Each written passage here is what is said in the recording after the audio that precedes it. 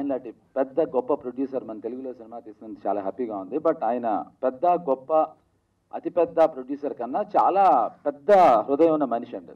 ఆయనతో అరిమా నంబి అని తమిళ సినిమా చేసినప్పుడు అంటే is the most busiest producer and the biggest producer of our south. నా చేతికి దెబ్బ తగిలింది, అర్జెంటుగా ఆపరేషన్ చేయాలి, లేకపోతే నా రైట్ హ్యాండ్ పనికిరాదని చెప్పారు. నేను ఆపరేషన్ చేయించుకుందాం రెడీ అయినప్పుడు ఆయనకి తెలిసి ఎన్ని పనులు ఉంటే మానుకుని వచ్చి వద్దమ్మా ఆపరేషన్లు అవి చేయించుకోవద్దు అని ఆయన పర్సనల్గా డాక్టర్ దగ్గరికి తీసుకెళ్ళి నాకు వైద్యం చేయించారు, ఆపరేషన్ చేయించుకోవాల్సిన అవసరం రాలేదు. So it's not only being a biggest or the greatest producer, but I think is the greatest human being. ఆయన ఆ రోజు వచ్చి నన్ను తీసుకెళ్లాల్సిన అవసరం ఆయనకి లేదు, అండ్ ఆయనకి నేను చెప్పలేదు, ఆయనకి తెలియదు. So I think he's culmination of all put together అండి. So I think I really wanted to thank him for making this film in Telugu sir. Then RD Rajasekhar మొన్న ఫైట్ జరుగుతున్నప్పుడు అతను ఎంత గొప్ప కెమెరామెనో నేను కొత్తగా చెప్పక్కర్లేదు, నా అందరికీ తెలుసు. నేను పనిచేసిన అతి మంచి కెమెరాలో is one of the greatest cameramens. మొన్న ఫైట్ జరుగుతున్నప్పుడు సరే కార్తీ ఎలాగో ఫైట్ చేస్తున్నాడు, ఆర్డి కూడా ఫైట్ చేసేస్తున్నాడు. నాకు అర్థం కాలేదు. మొన్న సాంగ్ జరుగుతున్నప్పుడు మళ్ళీ సాంగ్ చేస్తున్నప్పుడు ఆల్మోస్ట్ పాటతో పాటు తను డాన్స్ చేస్తున్నాడు. నేను అతనికి ఫైట్ ఇష్టమేమో అనుకున్నాను, తర్వాత సాంగ్ ఇష్టమేమో అనుకున్నాను. ఫైనల్గా ఎందుకు వచ్చిన కూడా అని వెళ్ళి అడిగా, ఏంటబ్బా ఏంటి సంగతి అని. తను ఇప్పటివరకు నాకు ఎవరు చెప్పని కెమెరామెన్స్ అంటే చాలా అందరూ అలా ఆలోచించచ్చేమో, నేను ఎవరిని అడగలేదు బహుశా. నేను ఇక్కడ ఉన్నాను అని అనుకుంటేనే కదండి క్యాప్చర్ చేయగలను, నన్ను క్యాప్చర్ చేయమంటే చేయలేను, ఐఎమ్ పార్ట్ ఆఫ్ ఇట్ అన్నాడు. Which I was quite taken back. అందుకనేనేమో అంటే అతని ఫోటోగ్రఫీ అంత బాగుంటుంది. అతనికి ఎంతమంది ఫ్యాన్స్ ఉన్నారో నాకు ఇప్పుడు అర్థమైందండి. మేము అందరం మాట్లాడుతుంటే ఒక్కడి ముందరికి రాలేదు ఫోటో తీయడానికి, అతను మాట్లాడుతుంటే టపటపటపటపట వచ్చి మీరు అందరూ ఫోటోలు తీశారు. సో టెక్నీషియన్స్లో కూడా ఫ్యాన్స్ ఉండే ఏకైక టెక్నీషియన్ నాకు తెలిసి RDA. So I think seriously RD, you really deserve it. చాలామంది అందంగా ఉంటారు, కొంతమందికి బుర్ర ఉంటుంది. కానీ మా హీరోయిన్కి you have to bear with me because I can't say that in English and I have to say it only in Telugu.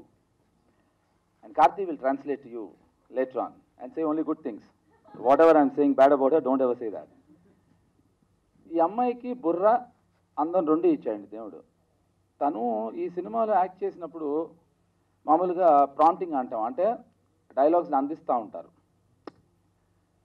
తను కుదరదు, నేను నేర్చుకోవాలి, నేను నేర్చుకునే కరెక్ట్గా ఆ ప్రొనౌన్సియేషన్ ఏంటో తెలిసే చెయ్యాలి అని మొండి పట్టుదల పట్టి మొత్తం సినిమా అంతా బిగినింగ్ నుంచి లాస్ట్ వరకు అమ్మాయి అంటే drop of a hat A dialogue మీరు ఎప్పుడు అడిగినా చెప్పేయగలదు. అది డెడికేషన్ అండి. అంటే దానికి ముందర తను ఏం చేసింది అనేది ఇక్కడ నిరూపిస్తుందండి. అంటే all her love, passion towards her work, you can really see it here. Anant Sriram చిన్నవాడైనా చాలా చెప్పేవాడు శ్రీరామ్, నాకు అసలు అర్థం కాలేదు, నువ్వు బాగా చెప్పావు, నిజం చాలా బాగా చెప్పావు, కాకపోతే కథ నీకు తెలుసు కనుక నాకు అర్థమైంది, నువ్వు వాళ్ళకి కథ చెప్పేసావు, ఆయన బాగా చెప్పావు. And of course is return really well, is done really good job. నేను కార్తీ గురించి చెప్పాలండి, అది మీరు ఎలా అర్థం చేసుకుంటారో తెలీదు. నేను ఒక లైన్ చెప్తాను ఫస్ట్. ఇతనేంటి వెళ్ళిపోతున్నాడు, నువ్వు ఆగవయా, అట్ట వెళ్ళకూడదు, నువ్వు ఆగు. అసలు ప్యాకెట్లు బ్యాగులు సర్దేస్తున్నాడు అతను. కార్తీ గురించి నాకు ఆల్రెడీ మా డైరెక్టర్ గారు చెప్పారు. అఫ్కోర్స్ తను నాకు కార్తీతో పరిచయం ఈ సినిమాకు ముందే.